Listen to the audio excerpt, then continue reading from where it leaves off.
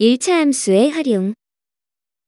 지금까지 배웠던 단원의 활용에서 적용된 원리는 문장제로 주어진 문제에 대하여 구하고자 하는 값을 미지수로 정한 후 미지수 간의 관계를 파악하여 식으로 나타내는 과정이었어요.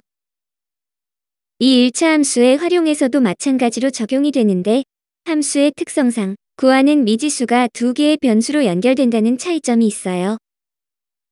이러한 공통점과 차이점에 주목하면서 다음과 같은 순서로 1차 함수의 활용을 진행하면 됩니다. 첫 번째로 가장 먼저 변수를 정해야 해요. 문제에서 변하는 두 양을 x, y로 두고 두 번째로 함수식을 구해야 해요. 두 변수 x, y 사이의 관계를 이용하여 1차 함수 y는 ax 더하기 b로 나타내며 세 번째로 위에서 구한 함수식이나 그래프를 이용하여 정답을 구하면 되며 네 번째로 방금 구한 정답이 문제의 뜻에 맞는지를 확인하면 됩니다. 네 가지의 과정 중에서 두 번째의 두 변수 사이의 관계를 이용한 함수식을 만드는 과정이 가장 중요하기 때문에 이를 중심으로 하여 강의를 하도록 하겠습니다. 실생활과 관련된 1차 함수의 식 세우기. 첫 번째로 온도에 대한 문제를 알아볼게요. 이는 대부분 시간이나 고도에 따른 온도의 변화를 통하여 구하고자 하는 값을 구하면 됩니다. 처음에 온도가 20도이고 5분마다 10도씩 올라갈 때 12분 후의 온도는 여기서 밑줄 친 부분의 의미는 주어진 시간마다 정비례하여 온도가 변하게 되지요. 즉 5분 후에는 10도가, 10분 후에는 20도가, 15분 후에는 30도가 올라감을 뜻해요. 이는 5분마다, 즉 기준이 되는 5의 배수마다 온도가 측정되므로 이러한 관계를 통하여 파란색으로 밑줄 친 12분 후의 온도를 바로 구할 수 있을까요? 그래서 온도의 변화를 단위 시간인 분으로 변형할 필요가 있죠. 그러면 1분 후의 온도, 2분 후에, 3분 후에처럼 가다가 결국 구하는 12분 후의 온도를 구할 수 있으니까요.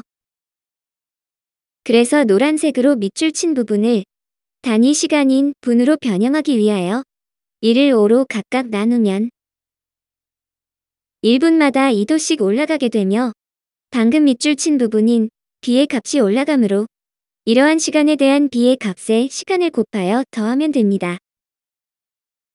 특히 이 부분이 1차 함수 활용의 핵심 포인트가 되기 때문에 잘 기억해 두어야 하며 뒤에 나올 유형에서도 그대로 적용이 될 것이므로 다시 한 번 더 강조하는 것이에요.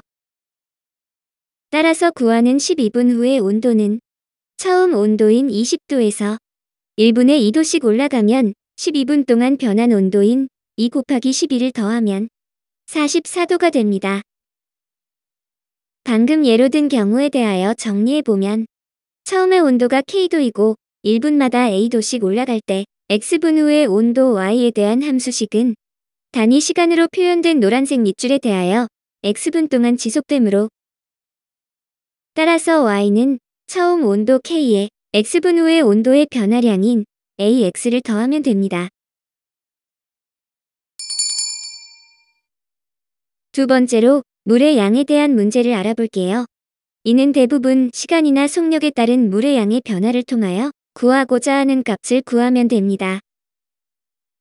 처음에 물의 양이 500리터이고 10분마다 30리터씩 물을 빼낼 때 24분 후에 남은 물의 양은 여기서도 밑줄 친 부분의 의미는 주어진 시간마다 정비례하여 물의 양이 변함을 나타내지요. 즉 10분 후에는 30리터가 20분 후에는 60리터가 30분 후에는 90리터를 뜻해요. 이는 10분마다, 즉 기준이 되는 10의 배수마다 물의 양이 측정되므로 이러한 관계를 이용하여 파란색으로 밑줄 친 24분 후의 물의 양을 바로 구할 수 있을까요? 그래서 물의 양의 변화를 단위 시간인 분으로 변형할 필요가 있죠. 그러면 1분 후에 물의 양, 2분 후에, 3분 후에처럼 가다가 결국 구하는 24분 후에 남은 물의 양을 구할 수 있으니까요. 노란색으로 밑줄 친 부분을 단위 시간인 분으로 변형하기 위하여 1을 10으로 각각 나누면 그래서 1분마다 3리터씩 빼내게 되며 방금 밑줄 친 부분인 b의 값이 빠지게 되므로 이러한 시간에 대한 b의 값에 시간을 곱하여 빼면 됩니다. 특히 이 부분이 1차 함수 활용의 핵심 포인트가 된다고 했지요. 따라서 구하는 24분 후에 남은 물의 양은 처음 물의 양인 500리터에서 1분에 3리터씩 내려가면 24분 동안 변한 물의 양인 3 곱하기 24를 빼면 428리터가 됩니다. 방금 예로 든 경우에 대하여 정리해보면 처음에 물의 양이 K리터이고 1분마다 A리터씩 빼낼 때 X분 후에 남은 물의 양 Y에 대한 함수식은 단위 시간으로 표현된 노란색 밑줄에 대하여 X분 동안 지속되므로 따라서 Y는 처음에 물의 양인 K에 X분 후에 물의 양의 변화량인 AX를 빼면 됩니다. 세 번째로 길이에 대한 문제를 알아볼게요. 이는 대부분 시간이나 무게에 따른 길이의 변화를 통하여 구하고자 하는 값을 구하면 됩니다. 처음 양초의 길이는 30cm이고 20분마다 5cm씩 양초의 길이가 짧아질 때 48분 후에 남은 양초의 길이는 여기서도 마찬가지로 밑줄 친 부분의 의미는 주어진 시간마다 정비례하여 양초의 길이가 변함을 나타내지요. 즉 20분 후에는 5cm가 40분 후에는 10cm가 짧아짐을 뜻해요.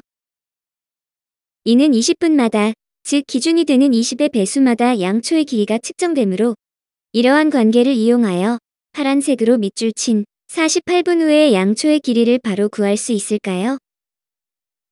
그래서 양초의 길이 변화를 단위 시간인 분으로 변형하면 1분 후의 양초의 길이, 2분 후에 3분 후에처럼 가다가 결국 구하는 48분 후에 양초의 길이를 구할 수 있으니까요. 노란색으로 밑줄 친 부분을 단위 시간인 분으로 변형하기 위하여 이를 20으로 각각 나누면 그래서 1분마다 4분의 1cm씩 짧아지게 되며 방금 밑줄 친 부분인 b의 값이 작아지므로 이러한 시간에 대한 b의 값에 시간을 곱하여 빼면 됩니다. 특히 이 부분이 1차 함수 활용의 핵심 포인트로 이러한 단위 시간에 대한 개념을 정확히 이해한다면 함수식을 세우는 과정은 한결 간단히 해결할 수가 있어요. 따라서 구하는 48분 후의 양초의 길이는 처음 양초의 길이인 30cm에서 1분에 4분의 1cm씩 줄어들면 48분 동안 변한 양초의 길이인 4분의 1 곱하기 48을 빼면 18cm가 됩니다. 방금 예로 든 경우에 대하여 정리해보면 처음 길이가 Kcm이고 1분마다 Acm씩 짧아질 때 X분 후의 양초의 길이 Y에 대한 함수식은 단위 시간으로 표현된 노란색 밑줄에 대하여 X분 동안 지속되므로 따라서 Y는 처음 양초의 길이인 K에 X분 후의 양초 길이의 변화량인 AX를 빼면 됩니다. 지금 배운 세 가지의 기본 원리로 함수식을 만드는 과정을 살펴봤어요. 여기서는 이해를 돕기 위하여 모두 시간을 기준으로 한 경우였지만 문제에 따라 시간 이외의 다른 요소를 기준으로 하여 함수식이 만들어지기도 합니다. 다른 요소가 기준이 되는 경우는 다양한 예제를 통하여 살펴보도록 할게요. 기본적으로 함수의 활용에 적용될 원리가 비교적 간단하지 않나요?